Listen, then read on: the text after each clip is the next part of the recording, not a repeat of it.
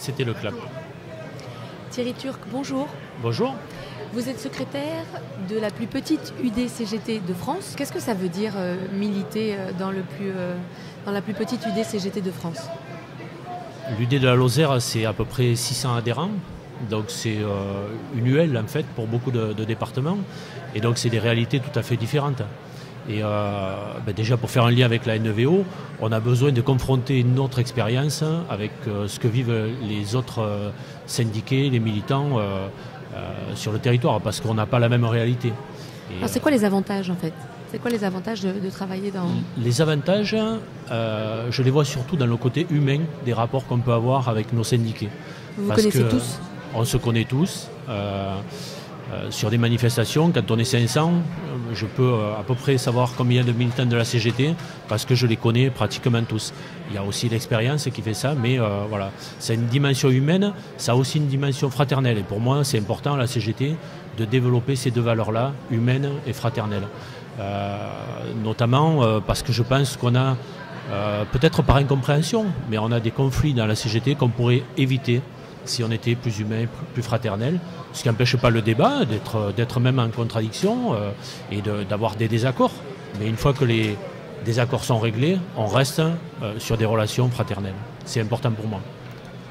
Et alors, quelles sont les difficultés? Les difficultés, c'est d'abord, comme partout, la mobilisation, qu'on soit une petite UD ou une grande UD, je pense qu'on est dans une période difficile à vivre pour les syndiqués, pour les salariés, pour les militants. Je crois qu'il y a beaucoup de militants qui ne sont pas encore revenus des échecs de 2010. Donc ça, on sent que c'est difficile. Par contre, ce qui est positif, c'est que on peut, sur une petite UD comme la nôtre, avoir des objectifs atteignables, notamment en termes de syndicalisation, même si on n'est pas à ce qu'on aurait souhaité, on n'y est jamais. On a développé une dynamique avec une équipe soudée, avec des objectifs de syndicalisation sur notamment les services publics, sur la santé, où on a une activité qui est vraiment intéressante en relation avec le revendicatif, les luttes et revenir auprès des salariés et, sur service public aussi. On a de bons résultats. Et donc dans cette situation, vous avez pu préparer le congrès? On a préparé le congrès avec quelques difficultés parce que du coup on n'a qu'un délégué et encore j'allais dire par protection parce qu'avec 600 adhérents on ne devrait même pas en avoir. Ça a été difficile de le préparer. Par contre on a fait, à notre niveau, on a fait 2 visites dans le cadre des 2000 visites, ce qui est bien et ça a permis d'avoir un bon contact. Mais je crois qu'on n'a pas assez de contact aujourd'hui avec nos syndicats, même sur une petite UD. On manque de contact journalier avec nos syndicats. Je parle des syndicats. Les syndiqués, on les voit, mais les structures, on a peu d'assemblées générales, peu de congrès, par exemple. Et donc ça c'est un manque. Il faut qu'on reprenne les règles de la CGT sur ces points-là. Mais là, concrètement, au congrès, vous êtes venu avec quelle priorité? Ma priorité dans un congrès, c'est d'écouter.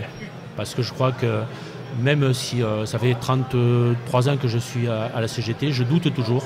J'ai toujours besoin de confronter notre expérience, nos orientations à la réalité du salarié aujourd'hui.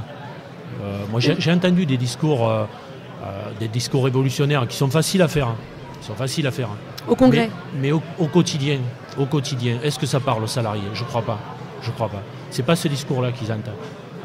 Les salariés, ils attendent qu'on règle au quotidien les problèmes qu'ils ont dans leurs conditions de travail, dans le harcèlement qu'ils ont par leur patron, par la difficulté qu'ils ont d'améliorer leur vie, y compris en dehors de l'entreprise. Donc c'est ces réalités-là. On a besoin, en tant que militants, de connaître nos bases, de connaître notre histoire, mais il faut être concret.